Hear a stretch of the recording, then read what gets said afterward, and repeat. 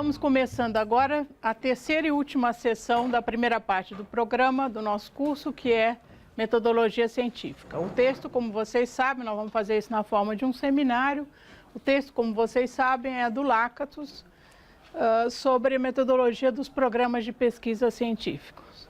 Então, eu distribuí esse roteiro de questões, cada grupo selecionou duas questões para responder. Cada grupo vai indicar um expositor que vai vir aqui na frente responder uma das perguntas para o conjunto da classe, tá?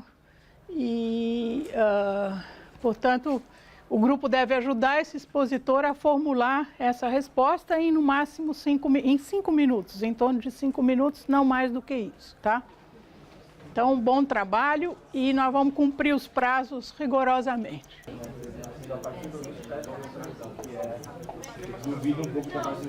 Como é que isso é colocado para uns e para outros? O que leva uma pessoa a rejeitar uma teoria?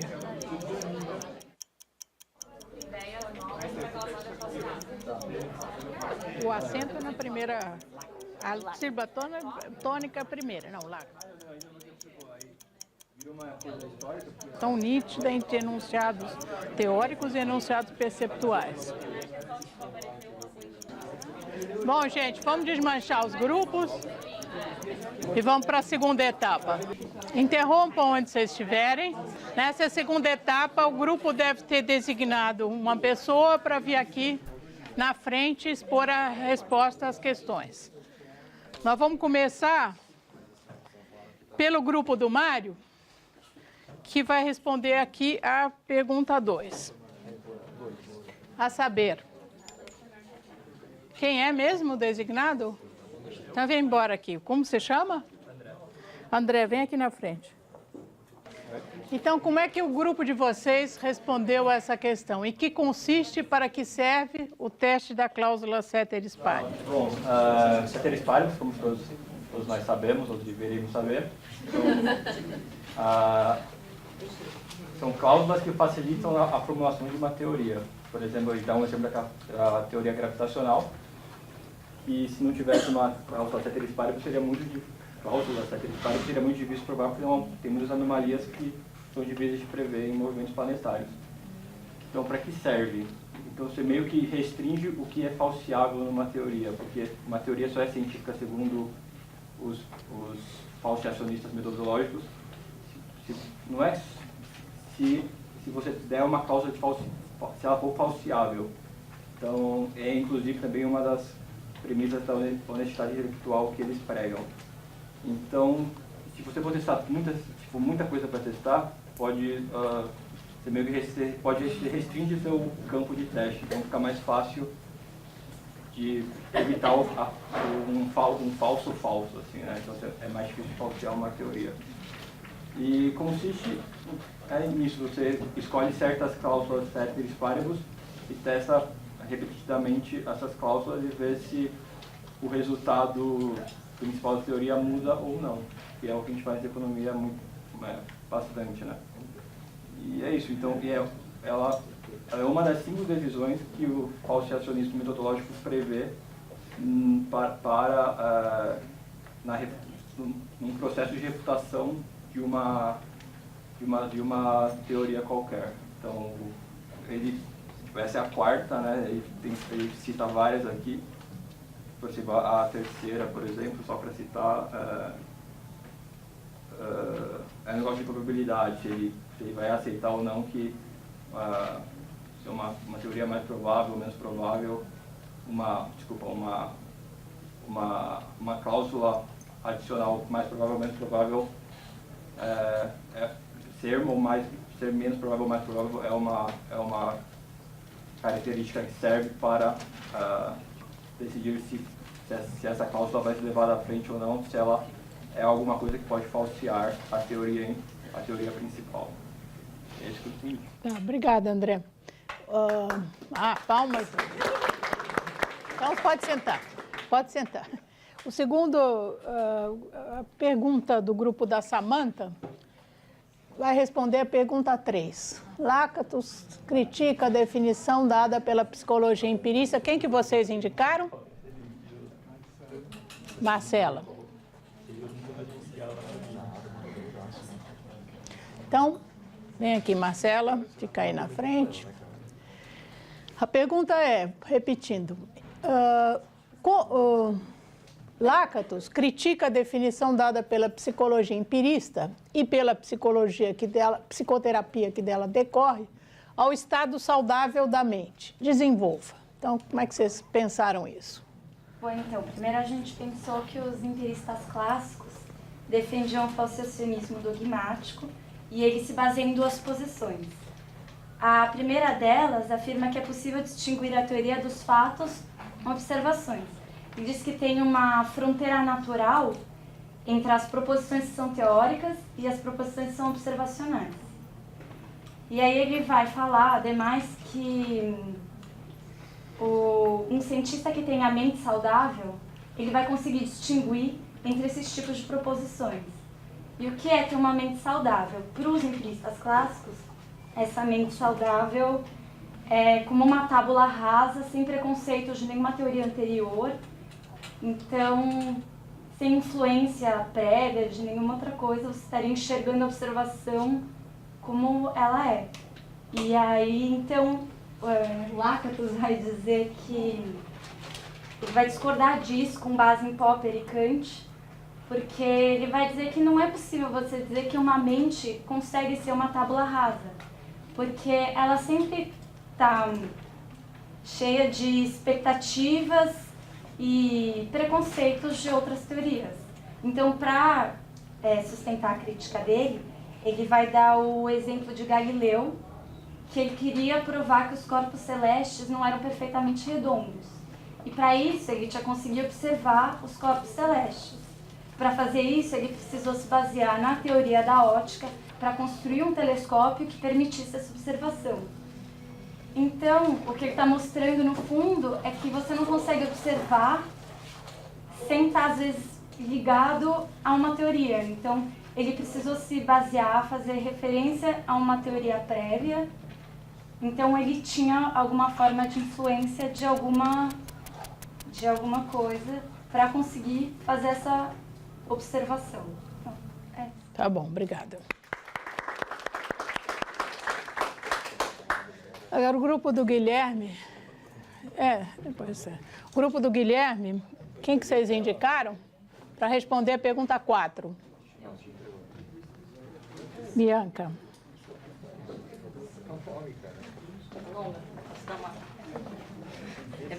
Dá uma respirada e manda ver. Então, vamos fazer a pergunta. Como os filósofos de Cambridge, os falseacionistas dogmáticos e os falseacionistas metodológicos ingênuos definem a honestidade científica? E qual a crítica de Lakatos a essa definição, a essas concepções? É isso? Isso. Então, tá bom. Bom, os filósofos de Cambridge, eles eram probabilistas, ou seja, eles acreditavam que as teorias científicas, elas são todas improváveis, mas elas têm diferentes graus de probabilidade. E esse grau de probabilidade é baseado na experiência empírica disponível. Ele definiu a honestidade científica na defesa de teorias com graus altos de probabilidade. E, bom, a crítica do Lakatos é que ele fala que isso é evidenciado pelo Popper, na verdade. Todas as teorias têm probabilidade zero, independente da evidência empírica. Elas são improváveis e indemonstráveis. Então, é basicamente o oposto do que dizem os probabilistas. Os falsacionistas dogmáticos, eles afirmam que a contra-evidência empírica é o único árbitro capaz de julgar uma teoria. Ou seja, a honestidade científica é a especificação prévia de uma experiência que vai contradizer ou não essa teoria, e caso contradiga, ela é refutada. Na rejeição, essa rejeição é incondicional, né? Então, a crítica do Lakatos passa por vários pontos. Tem a questão da demarcação das posições, que ela basicamente fala que o teste já parte com viés, né, da pessoa que está propondo o teste. Fala que nenhuma proposição pode ser provada com base na experiência também.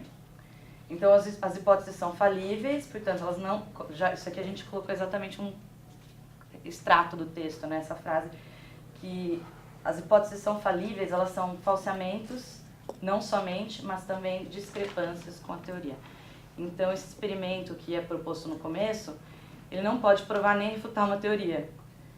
O falsacionista metodológico ingênuo, ele refuta uma teoria quando uma anomalia não está contida no escopo da explicação. Então, ele fala basicamente que quando você coloca essa anomalia que não está contida, ela descarta a teoria que você propôs inicialmente,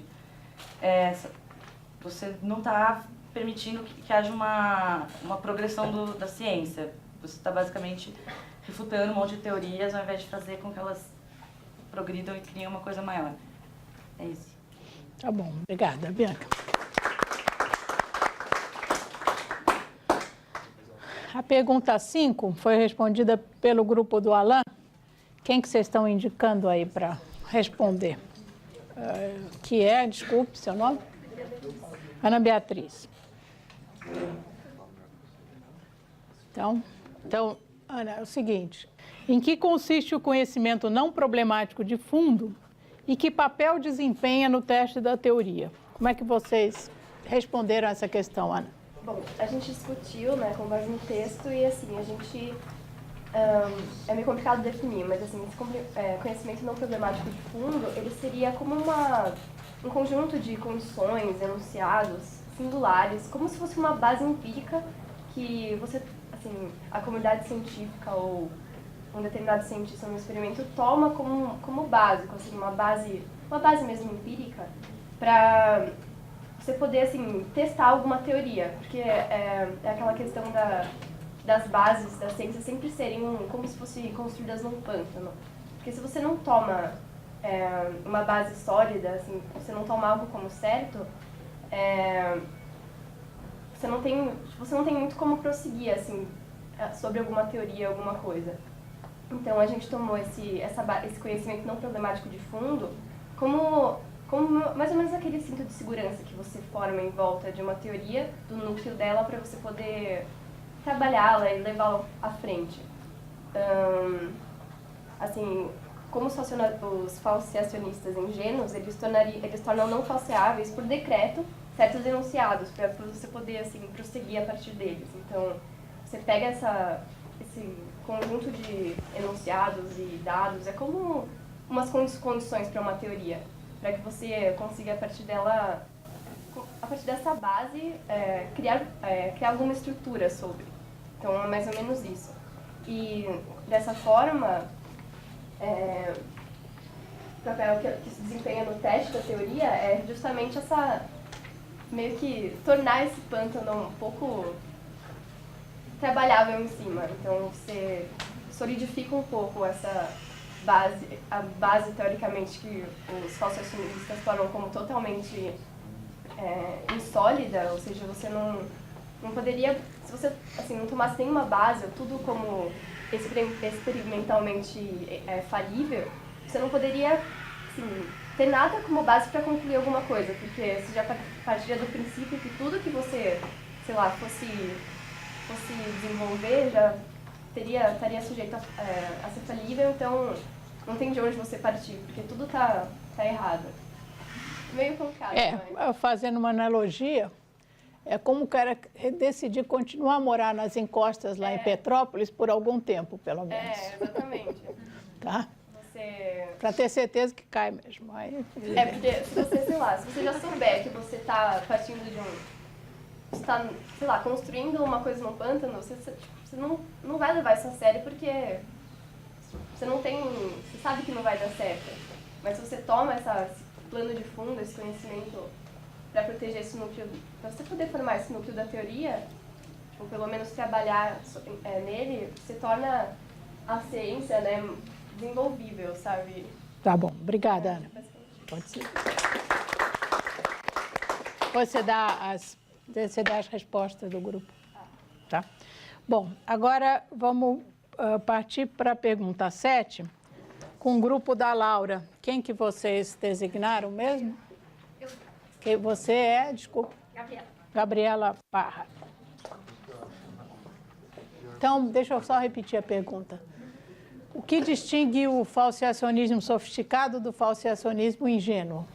Então, Lakatos tem um tópico do texto que ele aborda exatamente isso, mas por vezes no texto ele vai retomando e voltando nesse assunto, tentando diferenciar. Então a gente destacou aqui os principais pontos, né, que caracterizam o falseacionismo ingênuo e o sofisticado. Então ele tem vários pontos de conflito mesmo. Bom, primeiramente o ingênuo. Ele defende que uma teoria só é científica se for experimentalmente falseável. Existe a necessidade, então, de haver um resultado observacional que conflite com a teoria vigente, sem a necessidade de haver uma nova teoria. A ciência, portanto, cresce pelo derrubamento de teorias. Apenas um resultado observacional é capaz de derrubar uma teoria. Como ela falou, então, ele derruba uma teoria por decreto. Já o sofisticado, a gente destacou primeiro que ele nasce de uma mistura de várias tradições. Ele nasce da mistura dos empiristas, dos kantianos e dos convencionalistas. Dos empiristas, eles herdam a determinação de aprender com a experiência. Dos kantianos, o enfoque ativista, e dos convencionalistas, a importância de decisões e metodologia.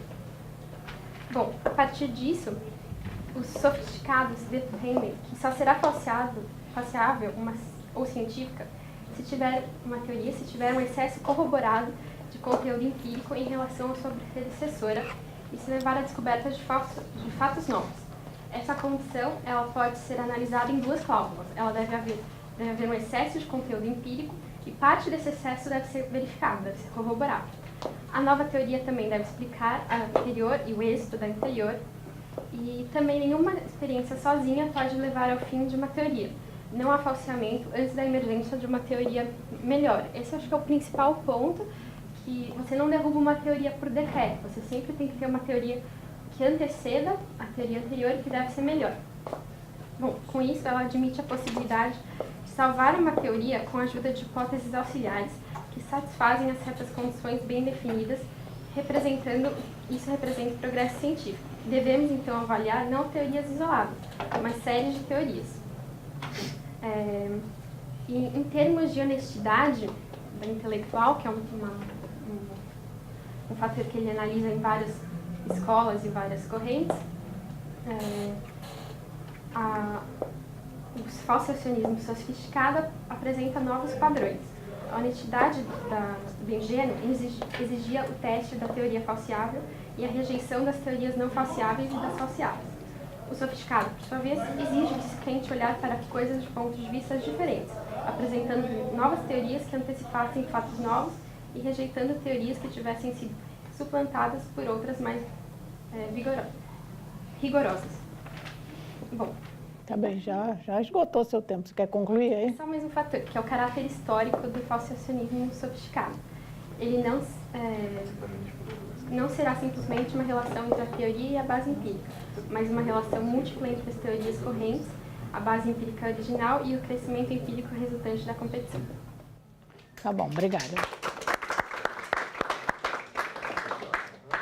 E last but not least, né, o grupo do Adriano vai responder a pergunta 11. Quem que vem responder essa pergunta?